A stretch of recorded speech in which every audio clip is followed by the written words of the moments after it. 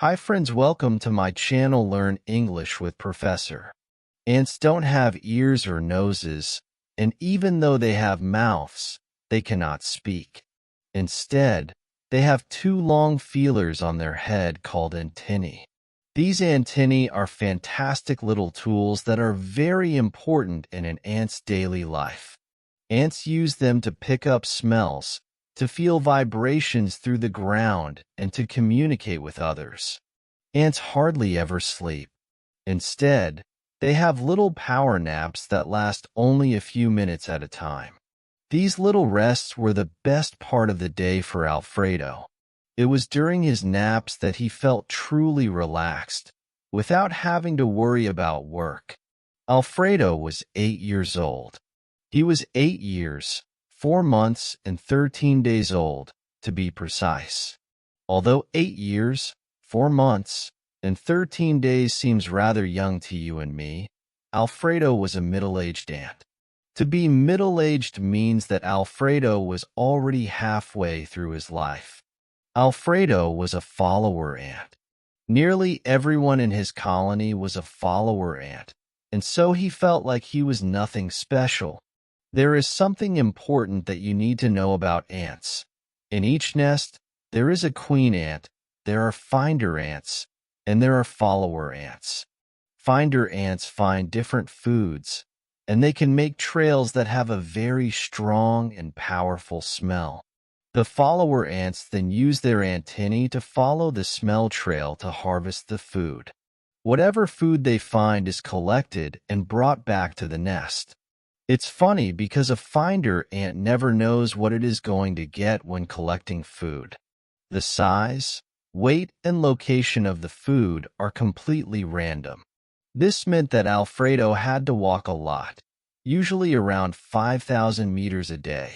That's the equivalent of a human running 3 marathons every single day. In Alfredo's nest, finder ants were popular. Their glorious reputations meant that followers wanted to be just like them. Finders got special treatment.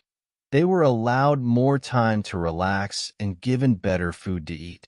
All this extra food meant that finders grew much bigger and stronger than the followers.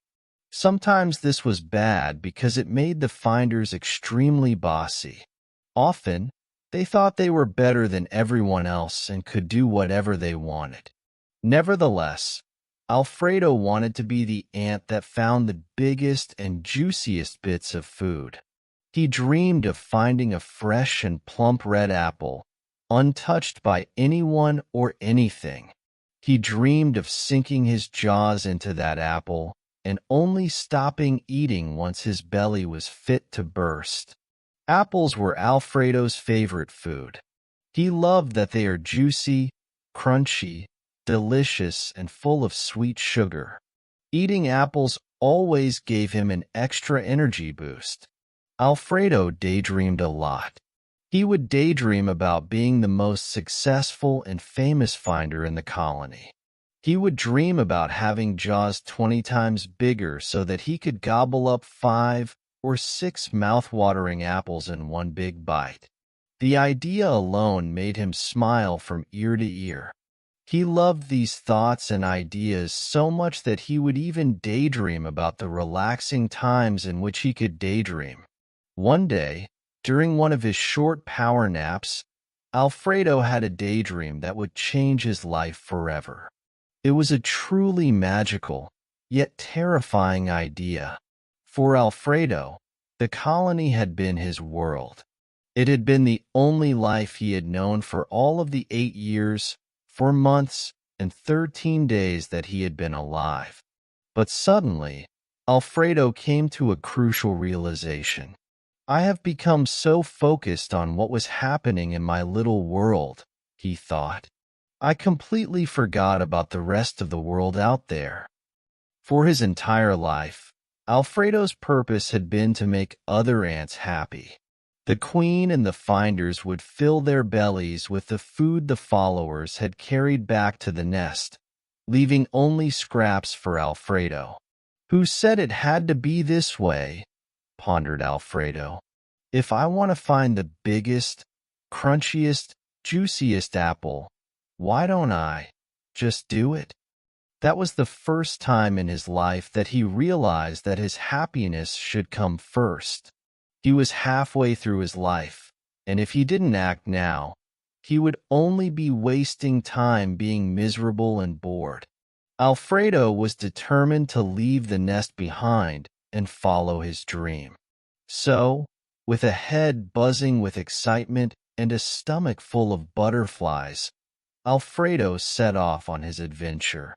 He left the entrance of the nest as if he were going to work. Instead of following a trail, as he would at work, Alfredo changed direction. Unlike a finder ant, he did not leave a trail behind him. I must be crazy, thought Alfredo. Without looking back, he headed towards a cluster of trees in the distance. Alfredo realized that the pursuit of happiness is the only thing that makes life worth living.